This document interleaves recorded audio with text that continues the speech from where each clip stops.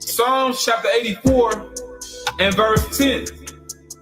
For a day in thy courts is better than 1,000. So one day in the kingdom of heaven is better than 1,000 of your best days on this side, man. Let me repeat that again. One single day in the kingdom of heaven is better than 1,000 of your best days on this side, man. Okay? Where things were better for you. Moments that you can reminisce on and say, yeah, that was a good day. The kingdom of heaven blows it out the park, man. It blows it out the water. Just one day. Not to mention, the Heavenly Father, He's going to stretch out the time. He's going to expand the time so you can enjoy your immortality. You can enjoy your life. And the Lord said in Wisdom of Solomon, He created the Israelite man to be an image of His own eternity, man. We're going to be a likeness of His own eternity, man. We're going to be many most highs, man. We're going to be many most highs. Okay? God's on earth under Yahweh Shemi Yahushua. I have said, ye are gods, and all of you are children of the Most High.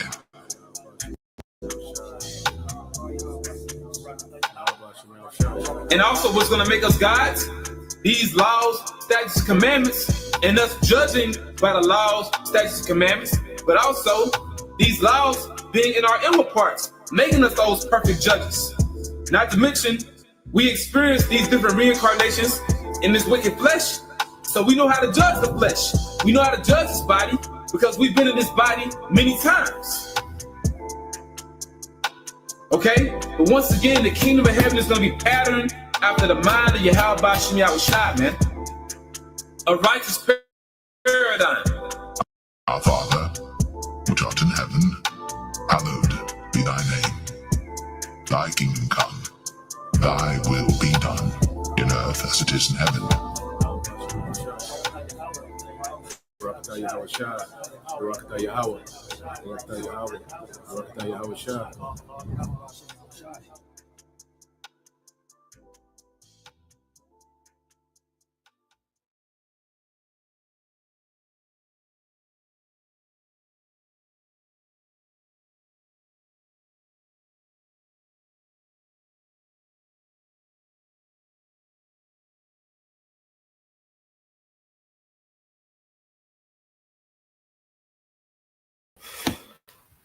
All right, Shalom. First and foremost, I would like to give all praise and glory unto Yahweh, Bahashem, Yahweh Shai, Bahashem, Rakakwadash. Double honors unto the apostles and the elders of GMS who rule well, teach well, being great examples to us younger brothers. And peace and blessings and salutation to the hopeful lake out there pushing His word in truth and in sincerity across the four winds in the name of Yahweh Bashem Yahweh Shai, pushing to get up out of here. Shalom to the hopeful lake, the believers, the listeners who have came back to the obedience of the scriptures through faith in Yahweh Bashem Yahweh Shai. And what I want to go into today, is continue on in the book of First Kings. All right, and we made to the 16th chapter. All right, and what we're going to see now, is just the northern kingdom, wax worse and worse. Okay, worse and worse. Each king, would become worse. Okay, and that's why, eventually, the Lord, got fed up with the northern kingdom. Almost 140 years, before He got fed up with the southern kingdom and had them removed out the land. But you're just going to see, a downward spiral of wickedness, from the northern tribes. Okay. And this is why even today, you see such, a heavy spirit, of paganism, amongst the northern kingdom today. You go into Roman Catholicism, you go into the Day of the Dead. Okay. You go into, even the cartel, the tactics that they use to, torture, and kill. Well, a lot of it goes back, to human sacrifice. Okay. So the northern tribes, have a history, okay, of rebellion, and that's why the Lord would allow such atrocities to happen to them. Like He allowed, the Assyrians, to have His way with them. And then, eventually, okay, even on down the line, you will have the conquistadors. They will come, and terrorize the northern tribes. Okay, because those practices, had reared its head amongst, the northern tribes over here in the Americas, man. North, Central, and South America. Okay, so let's go here. Let's get straight to it. To go to First Kings 16:1. All right, this is the book of First Kings, chapter 16, verse 1. It says, "Then the word of the Lord came to Jehu, the son of Hanani, against Baasha, saying, For as much as I exalted thee out of the dust and made thee prince over, my people Israel, thou hast walked in the way of Jeroboam and has made my people Israel to sin, to provoke me to anger with their sin." So Jeroboam, he set, a standard of wickedness, for all the tribes, of the northern kingdom. You see, they didn't have no righteous example, to relate to. All right, at least amongst the southern tribes, they had King David. Okay, they had a form of righteousness to relate to, in which some leaders, some kings amongst the southern kingdom, they were considered righteous. Okay, but amongst the northern tribes, okay, there was no standard of righteousness, man. Okay, even when you go into the scriptures, let's go here. Let's see, people. Let's see. I think that's in the book of Proverbs.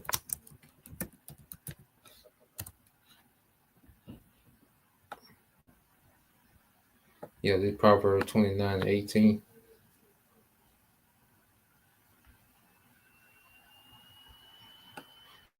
Okay, in Proverbs 29:18, it says, "Where there is no vision, the people perish, but he that keepeth the law, happy is he." Okay, and the northern tribes had no vision, they had no example, of righteousness. They came out the gate, worshiping golden calves. They dismantled the Levitical priesthood, okay, and they just set up their own thing. Okay, so it was a people, the northern tribes was just a people with no vision, of righteousness. Okay, now you go into this word in the Hebrew, is word for vision, all right, which is Hazahan, okay, which is a vision, okay, is a vision, oracle, prophecy, divine communication, which they didn't have that, because the priesthood was, the mediator between the Most High and Israel, okay, and since they dismantled the Levitical priesthood, Jeroboam just allow anybody to be a priest. They didn't have, those oracles. They didn't have that divine communication, man. Okay, and you see, where it led to. Okay, if we're going to read, it's just going to be continual, madness amongst the northern tribe. All right, so let's go back to First Kings 16.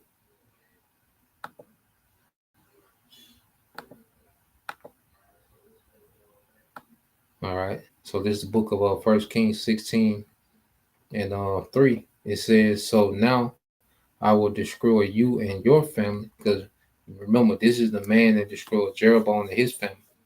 Which the Lord, he had the prophet, to tell Jeroboam that was going to happen. Okay, well, Baasha, all right, but Baasha, all right, when he became king, he did the same thing. They got Jeroboam destroyed. Okay. It says, "So now I will destroy you and your family, just as I destroyed the descendants of Jeroboam's son and Nebat. The members of Baasha's family who died in the city will be eaten by dogs, and those who died in the field will be eaten by vultures.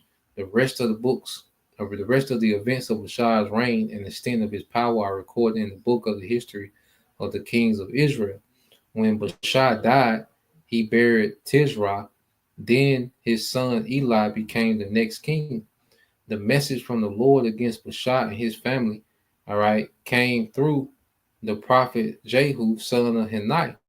It was delivered because Baasha had done what was evil in the sight, all right, in the Lord's sight, just as the family of Jeroboam had done, and also because Bashan had destroyed the family of Jeroboam, the Lord's anger, all right, was provoked by Baasha's sin. You know, so the Lord, He can cause you to do, wickedness, and the Lord so cold, his the way He moves is so manifold. He can do so many things at one time. Because He used Baasha, to judge, Jeroboam and his family. Okay. But then He also accounted that for wickedness against Baasha. So He can set up Baasha for judgment because Baasha will be wicked. Okay. So the Most High is cold, just like the Lord, allowed Esau, to, have his way with us. But Esau took it too far. And the Lord's going to judge him for that. Okay. That's why you go here. Let's get a few precepts to go into that. And see, this is why a lot of people are offended how the Lord moves. All right. But we understand the Lord's ways are above our ways. And He does what He wants and how He wants. Okay. And it's all in righteousness, man. It takes faith to understand that how the Lord moves is in all righteousness, man. But this world is strange, to the God of the Bible. Okay. But when you go here, let's get prophecy. Okay. You go to Isaiah 47. Okay. And it speaks about the judgment upon Babylon. Okay. But when you go here, it says Isaiah 47:6, it said, I was wroth with my people. The Lord was angry with us. I have polluted mine inheritance and given them into thy hand. Thou didst show them no mercy. Upon the ancient hast thou very heavily laid thy yoke. So Esau's crime is not showing any mercy upon us. It was already given into his hand. But this devil, he never lets up. And not only does he not let up, but he forwards Jake, in wickedness that put Jake into captivity. You see, this punishment was meant to be for our correction. Okay, but Esau sets up an atmosphere to cause our people, to get deeper into sin. Okay, and he has shown our people no mercy. Okay, so the Lord is going to judge him for that. You go to Ezekiel, because we was giving into his hand, but the devil did too much. And just like the Lord, he put the spirit on Baasha, to take out the family of Jeroboam, but Baasha went and did the same wickedness, man. Okay, now you read this in Ezekiel, 35, and I started 3. It says Ezekiel 35. I started at 1, so you get the context. This is Ezekiel 35:1 said, Moreover, the word of the Lord came unto me, saying, Son of man, set thy face against Mount Seir and prophesy against it, and say unto it, Thus said the Lord power, Behold, O Mount Seir, I am against thee, and I will stretch out my hand against thee, and I will make thee most desolate. I will lay thy cities waste, and thou shalt be desolate, and thou shalt know that I am the Lord, Yahweh Bashem Shai, thy power. And Mount Seir represents Esau. That's the government, like Jerusalem, represents Israel. Mount Zion, represents the government of Israel. Or they call it City of David. And Mount Seir represents Esau, his government, because all this atrocities that happened to our people has been under the banner of a Edomite government. So when you read on, it says, and saying to it, thus said the Lord power, Behold, O Mount Seir, I am against thee, and I will stretch out my hand against thee and make thee most desolate. I will lay thy cities waste, and thou shalt be desolate, and thou shalt know that I am the Lord, Yahweh Bashem Shai. Because thou, it goes into why, because thou hast had a perpetual hatred and has shed the blood of the children of Israel, by the force of the sword in the time of their calamity, in the time that their iniquity had an end. So the devil, he just never let up. He never told us who we were. He hid who we were. He, pretended to be us. He wants the birthright. So this devil, we was giving into his hand for a punishment, but this devil, he has did a lot of wickedness, okay, and he has gone too far in his treatment, of the children of Israel. Let's go here to Zechariah one more, and this is how the Lord moves, okay. And see, we had to get reintroduced how the Lord moves, how He controls both sides. He controls everything, okay, and He judges when He want, how He want, and who He want. Okay, this is the book of Zechariah 1:15. It says, and I am very sore displeased with the heathen that are at ease, for I was but a little displeased, and they helped forward the affliction. Okay, so the Lord was displeased with us and put us into captivity, and us being in captivity, these heathens are at ease to have their little empires and kingdoms and worship their gods, be into all their madness. They don't have to be subjugated to the law of righteousness. Okay, so as we're in captivity, these heathens are at ease. Okay, so He was displeased at us. Okay, but they helped forward the affliction, which is to keep us in sin. Okay, the reason we went into captivity. Okay, so how the Lord dealing with Basah. All right, here it is. The Lord, allowed him to be a ruler, a prince.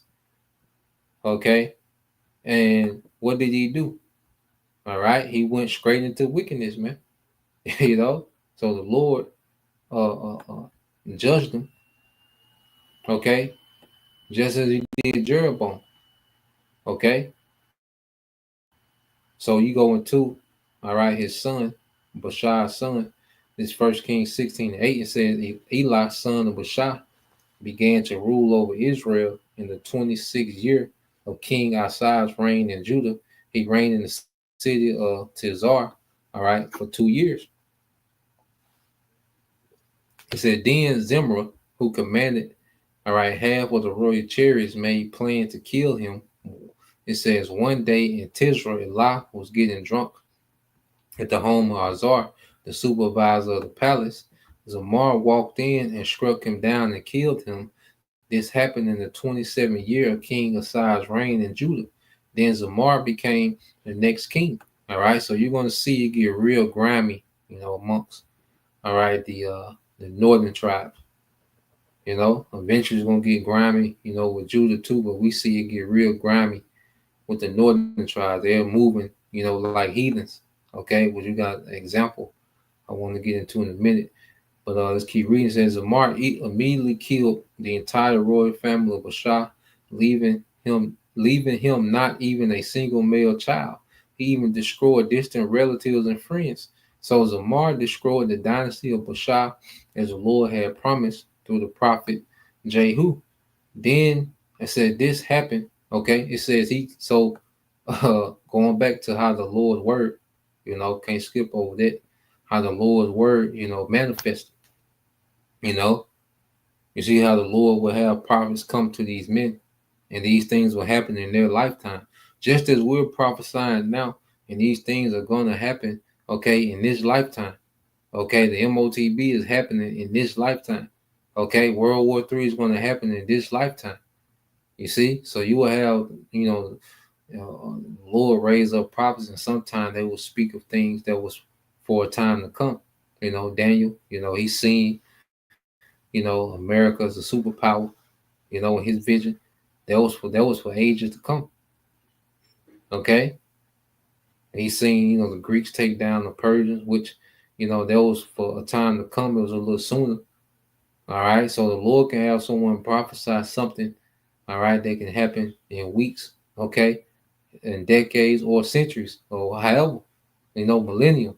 There's certain things in Deuteronomy, okay, that didn't happen, to 1,000 years later, to millennials later, man. Okay, but see, the Lord is having these things happen in the lifetime of these certain wicked men. All right, and we're in the time now where the Lord's gonna have a lot of these prophecies happen in this lifetime that He has His prophet speaking, man. Okay, so it says Zamir immediately killed the entire royal family of Baasha, leaving him not even a single male child. All right, because power transferred through men, It said he even destroyed distant relatives and friends. So he was a second, third, fourth cousin. Okay.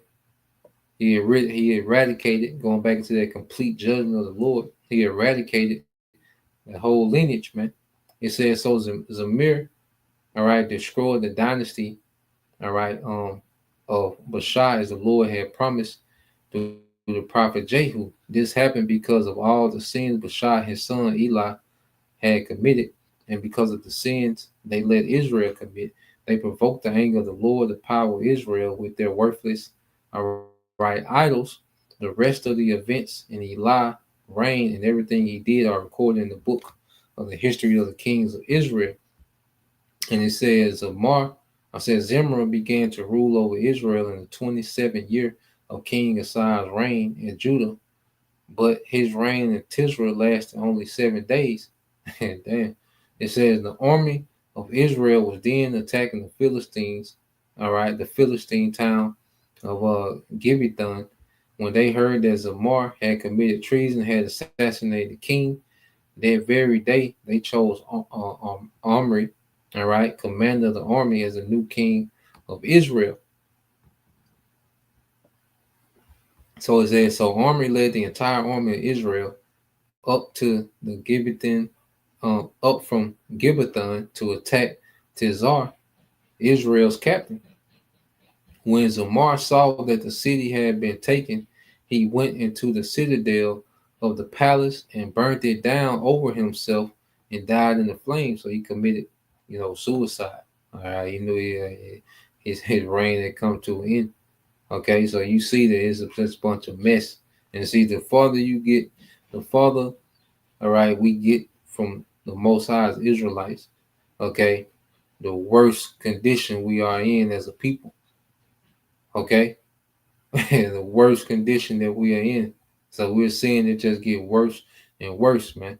It says, for he too had done what was evil in the Lord's sight. He followed the example of Jeroboam and all his sins that he had committed and led Israel to commit. The rest of the events of Zimri's reign and his conspiracy are recorded in the book of the histories of the kings of Israel. But now the people of Israel were split into two factions. Half the people tried to make Tibni, son of Ganath, their king, while the other half supported Omri. But Omri's supporters defeated the supporters of Tibni, so Tibni was killed and Omri became the next king. Omri began to rule over Israel in the 31st year of King Asai's reign in Judah. So you see, Asai, which he was known as one of the righteous kings, he's still, the king in the southern kingdom, where all this madness is going on with the northern kingdom. Okay, I think King Asai, I believe he reigned like 41 years. Okay, so you have this steady reign, of a righteous king in Judah, while the southern kingdom is just over here wilding. Okay, because why? Idolatry, man. Okay, I believe it says that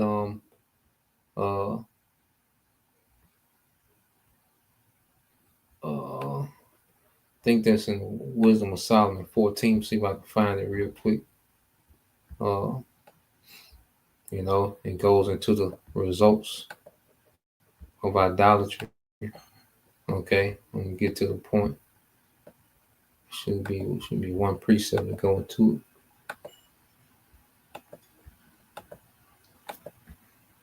So when you go into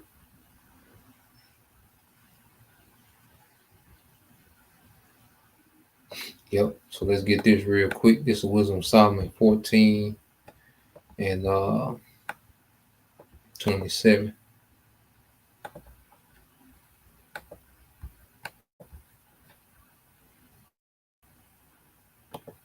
All right, so when you get Wisdom of Solomon chapter 14 and verse 27, okay, what does it say? It says, for the worshiping of idols not to be named is the beginning, the cause, and the end of all evil. Okay, and the northern tribes is heavy into idolatry. Okay, that's why I said, for the worshiping of idols not to be named is the beginning, the cause, and the end of all evil. Okay, So as the northern tribes, was engulfed into idolatry, they was engulfed into wickedness, madness, murder, okay, treason, is he was just no honor, okay? It just became real grimy. Like you go here, which this is recorded in the Bible, okay? You go here to I just typed in Assyrian king killed by his sons. It says the Syrian king Sennacherib was murdered by his sons Ardu, Malusu. All right, also named as Adramelech in the Bible, and Nabu Shaushur. All right, Sharezer is in the Bible. This event occurred in 681 BC within the royal city of Nineveh. The assassination is described in the Bible and confirmed by Assyrian records. Man, show you how the Bible, is a book of records as well, man. Okay, even these heathens, they're able to verify certain accounts by the Bible. Okay, but just the madness that was going on, this king killed, by his, two sons. All right, and it said the reason for the assassination are believed to be related to succession disputes. Sennacherib had designated his son Esarhaddon as the heir, overlooking his older sons. So them two niggas probably trash. Okay, and he chose the younger son to be his heir, including Adar Malusa. This decision angered his older sons, who then conspired to kill him. Okay, and that's the madness that was going on amongst, the heathen in the northern kingdom. That was no different. Okay, they was moving like the heathen, within, their kingdom. Okay, so going back to First Kings 16.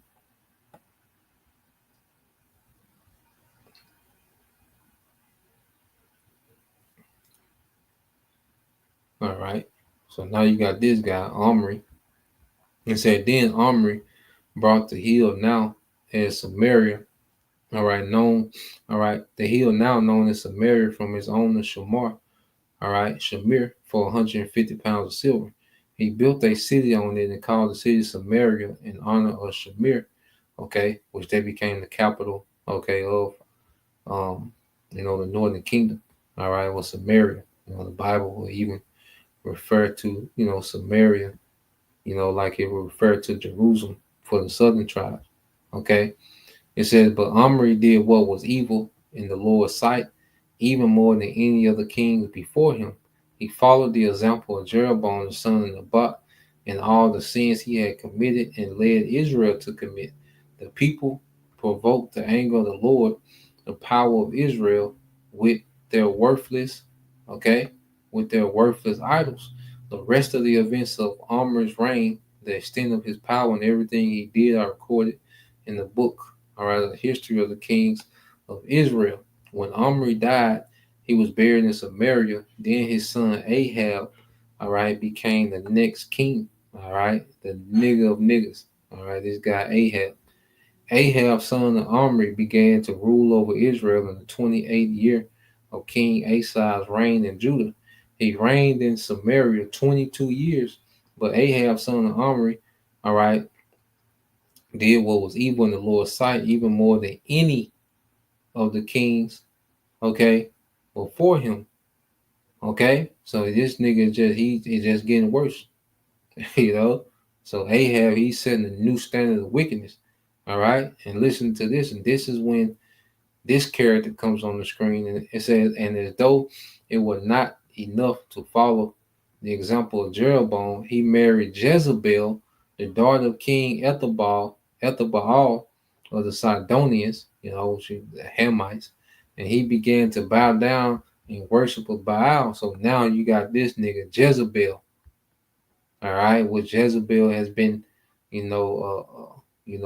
associated with the evil spirit that's on the woman. So now this wicked nigga is on the scene. Jezebel. It said first Ahab built a temple and an altar for Baal in Samaria. Then he set up Asherah pole, and the Asherah pole, which goes into an obelisk. he did more to provoke the anger of the Lord, all right, the power of Israel than any other kings of Israel before him.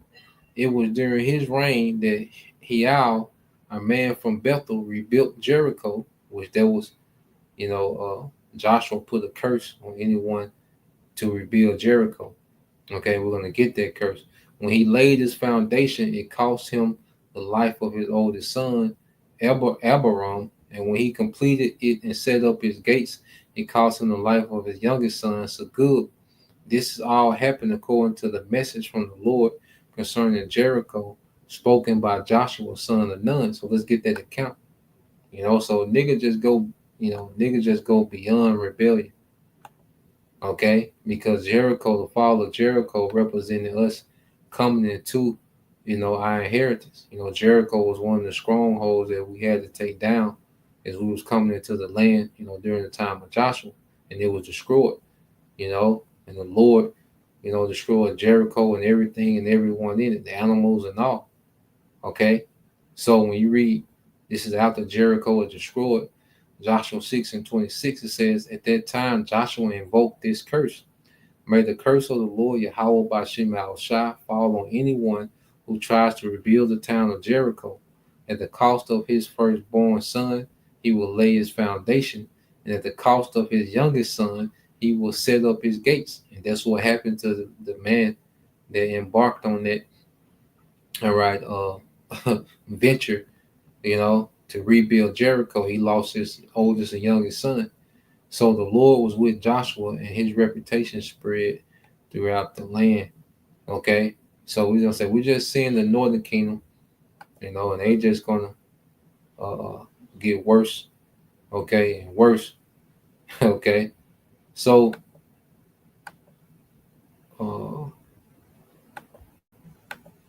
let's see. Yeah, I thought I was seeing. Yep.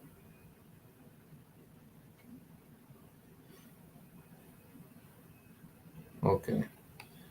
So that was the point, just wanted to get into that. All right. So Lord will, you brothers, all right, and you sisters edified once again. I want to give all praise, honor, and glory unto Yahweh, Bahashem, Yahushua, Bahashem, Kakwadash, and double honors unto the apostles and the elders, GMS, who rule well, teach well, being great examples towards younger brothers, and peace and blessing salutations, hopefully, shalom.